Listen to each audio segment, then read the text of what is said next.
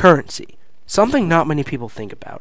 In depth, it is the essence of most human nature, causing war, hatred, and even peace eventually. But how did it all begin? And how did it get to where it is now? Nobody asks that question.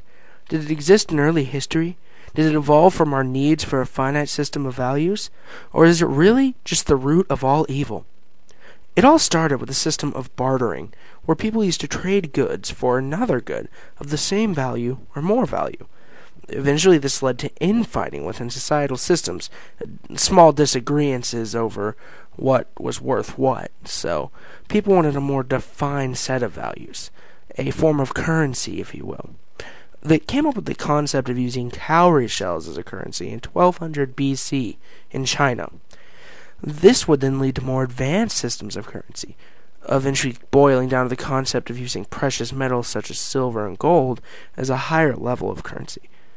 Eventually this led to a concept to make bills of different values, which was first innovated by the Chinese.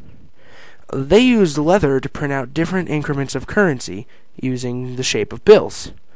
And as we all know, this would lead to our current concept of paper money of different increments and values.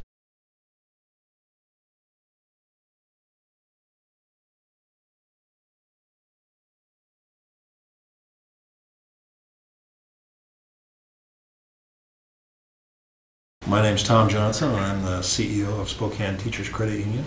We're the largest credit union in Spokane and have about 500 employees and about 110,000 members. I see the future as bright. We've continued to grow today, and I think as we go forward in the future, we'll also continue to grow. For instance, were a very common staple when I was your age. I was instructed on how to use checks, how to record checks in a check register, how to keep track of that balance daily in your checking account, how to balance your check register with your account statement that you received once a month. And that was kind of how it went. The world worked on checks. What we're using today is a debit card, and you're going online every day to look at that. You're probably not keeping track of the balance other than what it shows you online. Yeah. So that's an example of where technology has really revolutionized the way we manage our personal finances, and you can see in that example that the time elapsed in a transaction has shrunk dramatically. We see money and financials taking on a more and more digital form. Soon, paper money and coins will be outdated and unused. As a result, we see crime taking on a bigger role in the cyber world as well. There are so many crimes these days that can be acted upon in the digital world. This could lead to a lot of issues in the future for currency and money in general. Many people could learn how to get money by hacking into systems, and it could lead to the possible dilution of currency. Most cyber criminals act upon their criminal instinct by pirating common media forms such as music, films, and even worse, video games.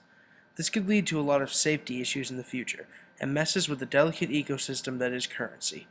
Without these forms of media making money, it could lead to many issues down the line with the circle of currency. If we threw off this delicate balance, it could lead to many issues down the road in terms of society and currency. All in all, we know one thing is for sure. Currency is never going away, and we will always have it in some form.